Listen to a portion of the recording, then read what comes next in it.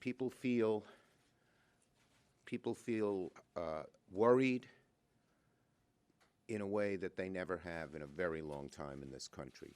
Having lived through 9/11, having lived through the crisis in the banking system in 2008, I think people are more worried about the future and their own health, their own economic viability today than they were in either of those crises. So we need to act, and we need to act quickly and strongly. We Democrats have proposed a big, bold, comprehensive package of what needs to be done right now. We are looking first at the medical needs. You can put all the money you want out into the economy, but unless you actually solve the problem and reduce the number of cases, the number of people ill, the number of deaths, none of that will matter. So first and foremost, we need much more bolstering on the medical side. Obviously, we need the testing to work, but we need much more than that. We need hospitals to be well prepared. They need equipment. They need masks. They need respirators. They need beds. We do not want to be in the situation like Italy where there was not enough medical care for the ill people. And this has to be done quickly, firmly, and strongly. And that is number one in our $750 billion package that we have proposed. If you don't solve the medical problems, you won't solve anything else. And there's the problem of the workers getting to the facilities when their kids are home from school, when mass transit is not functioning. How do the people who work in the hospitals, who work with the doctors, who work at the facilities that make the products, how do they get there? All of that needs to be done, and that is the first thing we do in our package. That is job number one, the medical needs. Second are people who are hurting. I think about, in my state, Broadway, and what do I think of? Not the people who can't go to the shows as much as they regret it. What about the people who collect the tickets, who clean the aisles, who work backstage, who are not working and not getting any income? We must do something for them quickly. We must bolster paid family leave, paid sick leave, and unemployment insurance so that the millions and millions of people who are not working and not getting a paycheck can get one. Third, we need to help small businesses. I've talked to countless small businesses in New York. They will go out of business in a couple of weeks if they don't get some help. Our proposal mainlines money into small businesses quickly. They need it. And we ask for forbearance. The federal government and the banks should not be able to foreclose on a house if you can't pay your mortgage. And we have asked that anything that's federally backed, student loans, mortgages, which are the vast percentage of mortgages, and small business loans, that there be a 6-month forbearance. They don't have to be collected. Finally, we believe we have to mobilize the National Guard to help. Who will feed and watch the kids of a medical worker who has to go to work? Who will make sure that food is delivered to an elderly person who can't go out? Who will make sure that kids get food who are not going to school and getting their school lunches? So we need to employ people to do that right away, but we also need to employ the National Guard. So our legislation, the $750 billion, which may not be enough, deals with the immediate needs, the people who are hurting for health reasons, the people who are hurting for economic reasons, that they've been laid off, they're not getting paid, they can't work because their kids are at home and they can't work. This is job number one: targeted, bold, quick, strong aid. And that is the most important thing we can do. And I think that is the contrast between us and our Republican friends. They're worried about the big businesses. They want to pump some money into the economy. But if you don't solve the immediate health care and economic needs of the people who are hurt, the problem will just get worse. And the airlines will be in worse shape, and the economy will be in worse shape. So we must do all of those things and do them quickly. Today I distributed a PowerPoint, which you all have, and a white paper, which is much more detailed than what I said. Oh, by the way, on hospitals, if we don't get help to our hospitals right away, the large hospitals may survive, although not as well. But medium-sized hospitals, small hospitals, rural hospitals will go under, they tell us, in a month or two. They need help right away as well. Can't have hospitals permanently closed. So the needs are immediate and strong, and our package addresses them. I haven't heard anything coming out of Secretary Mnuchin or the President to deal with these immediate issues. That's job number one. There are other jobs, and we will certainly look at them. In terms of pumping money into the economy, you can't do it without doing the things I mentioned. The things I mentioned come first. And it can't be a replacement for doing the things we're doing, or it'll be a Sisyphean task. It won't solve anything. And it should be very robust. Very robust. And be able to be repeated time after time if it doesn't work at the beginning. But we'll see what happens there. We're focusing on job one. And one other thing I'd say, in terms of help for corporations, and I know that the President is talking to the airlines industry, he's talking to the travel industry, he's talking to the leisure industry, and we just want to make sure whatever hope we give them, whatever help we give them, workers come first. The vast majority of the aid should go to the workers, not to increasing salaries, not to doing the kinds of things that these companies have done, like buybacks. We would prohibit buybacks. We're also thinking that there should be, if they're going to get help, maybe their employees should get on the boards of these companies. Last time, the government took stock when they gave money to the banks. Well, maybe that stock should go to the employees so they have some representation in these industries. We also want to, so we want to make sure, we want them to pay $15 minimum wage, and we want to make sure that they strict requirements, they keep workers in their jobs and not cut their benefits. The aid has to be workers first if we're going to help these industries, not what happened in 2008, where the big boys got helped and the workers and everybody else was left by the wayside. So our plan puts working people, average middle-class families first. It puts the health of the country first, and then we will move on to other things. Senator Durbin. Yeah, okay, one other thing, yes, left out. This should be a four corners negotiation with the White House. The plan that Leader McConnell laid out will only delay things. For the Republicans to first stick together and put together their plan, then work it out with the White House, and then come to us, and then after that go to the House, will just slow things down. I believe the best way to get this going is in a bipartisan way from the outset. We have our ideas, they have their ideas, but Leader McConnell, Speaker Pelosi, Leader McCarthy, myself, and the White House sit down and come to an agreement rather quickly. The plan Leader McConnell laid out will slow things down in a significant and dramatic way, and it doesn't start out in a bipartisan way, and above all, this should be bipartisan. Senator Durbin.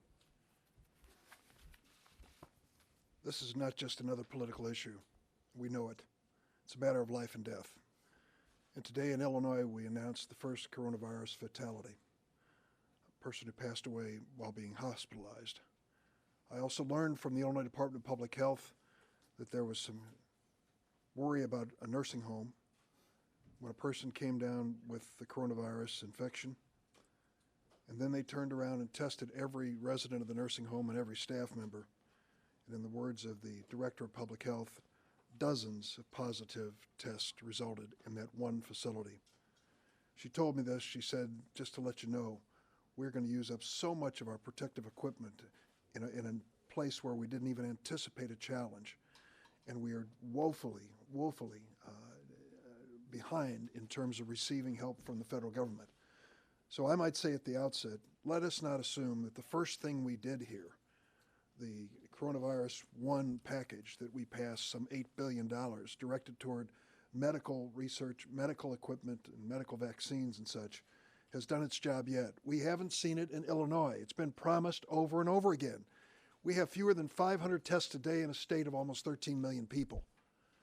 The number of people who've been tested for positives really is just a fraction, I'm afraid, of what is truly the case out there. So before we start thinking about phase 2, phase 3, as important as each one of them is, let's get phase 1 right. Let's make sure that the testing kits and the protective equipment is there for Illinois and for every state that needs them. That is absolutely essential to deal with the medical side of this crisis. And let me say as well, it is time for us to pass the second package that passed the House of Representatives in the early morning hours of Saturday. It could have been done, and Leader McConnell knows it, with unanimous consent on Saturday, on Sunday, yesterday, and even this morning. But he didn't move forward with it. Now there are no excuses. He's promised that he'll bring it up, and I hope he does it quickly, because we need to tell the American people we are moving on that bipartisan agreement quickly. There are parts of it which I'm not excited about. There are parts I'm sure the Republicans are not, but it is a bipartisan agreement. And as Leader Schumer said, that should be the beginning point for all of our negotiations on this critical issue. In terms of the CDC guidelines, we hear over and over from Speaker McConnell, or from Leader McConnell, that we should follow these guidelines. Those guidelines call for working from home, which we're certainly not doing. Those guidelines say don't go into a meeting with more than 10 people. I'm not going to count how many are in this room. There were 18 people on the floor of the Senate this morning when we did the prayer before the Senate, 3 senators and 15 others. So we have to understand that this circumstance is unusual. We are not exactly setting the best example for America in how we're doing it, but we have to do it. We have to do it with a sense of purpose and a sense of urgency. We have to understand that business as usual is unacceptable. I agree completely with Leader Schumer when he says that our priority first is the health issue. If we don't deal with that and deal with it effectively, nothing else that we do is going to be of any merit. Secondly, to look at it through the perspective of families and workers across America who are the first line of defense against this pandemic and have to be willing to step forward if they're not feeling well and step away from work, even if it means losing a paycheck. We've got to come through with medical leave and unemployment compensation to make them whole again. I stand ready to work on a bipartisan basis. Let us not make this a 4 or 5 step procedure, as Senator McConnell suggested just a few moments ago. Let's put the principles in a room, put the proposals on the table. Let's get this done and done in an effective and efficient, timely way. Senator Stabenow. Thank you. Well, we all know this is an incredibly difficult time for all of us, for our families and for the people we represent. And we, as my colleagues have said, are laser focused on helping those that are hurt the most, the individuals, the families, the small businesses, the targeted industries. That's where we're focused. And we also know that we are past time in passing the package that came from the House.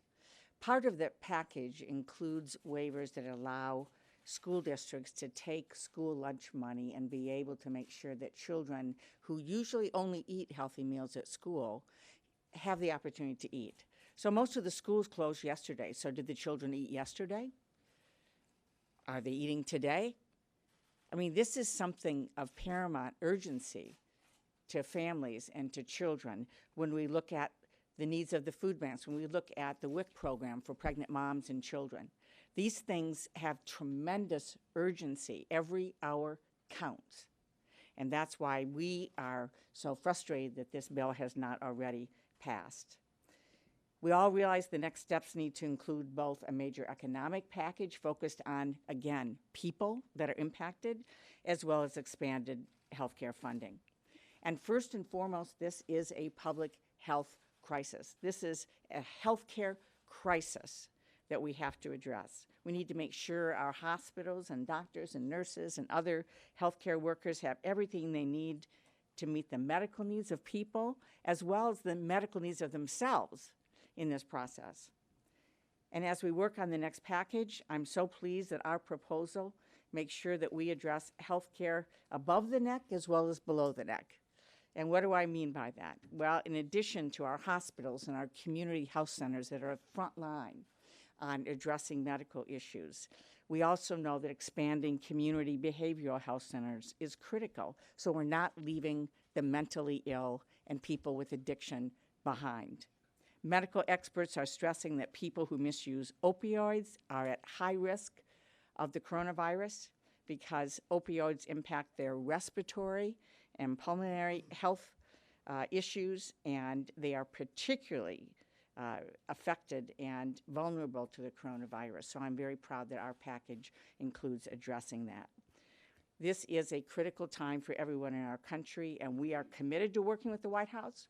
We're committed to working with Republican colleagues to get it right, not in this elongated process that Leader McConnell is talking about, but getting the leaders at the table all at once to be able to negotiate quickly what needs to be done. And let me stress, this is not the time for broad-based tax cuts that mainly help people who least are affected by the crisis. This is the time to help those who are having the toughest time and will have the toughest time surviving this crisis. While the president continues to focus on people who are on the stock market, we are focused on people who need to be able to get to the supermarket. And we hope our Republican colleagues will join us. Yeah, just one point. We are clear to let COVID-2, the bill that the House passed, go forward right now. It's the Republican side that hasn't cleared the bill yet. I didn't make that clear.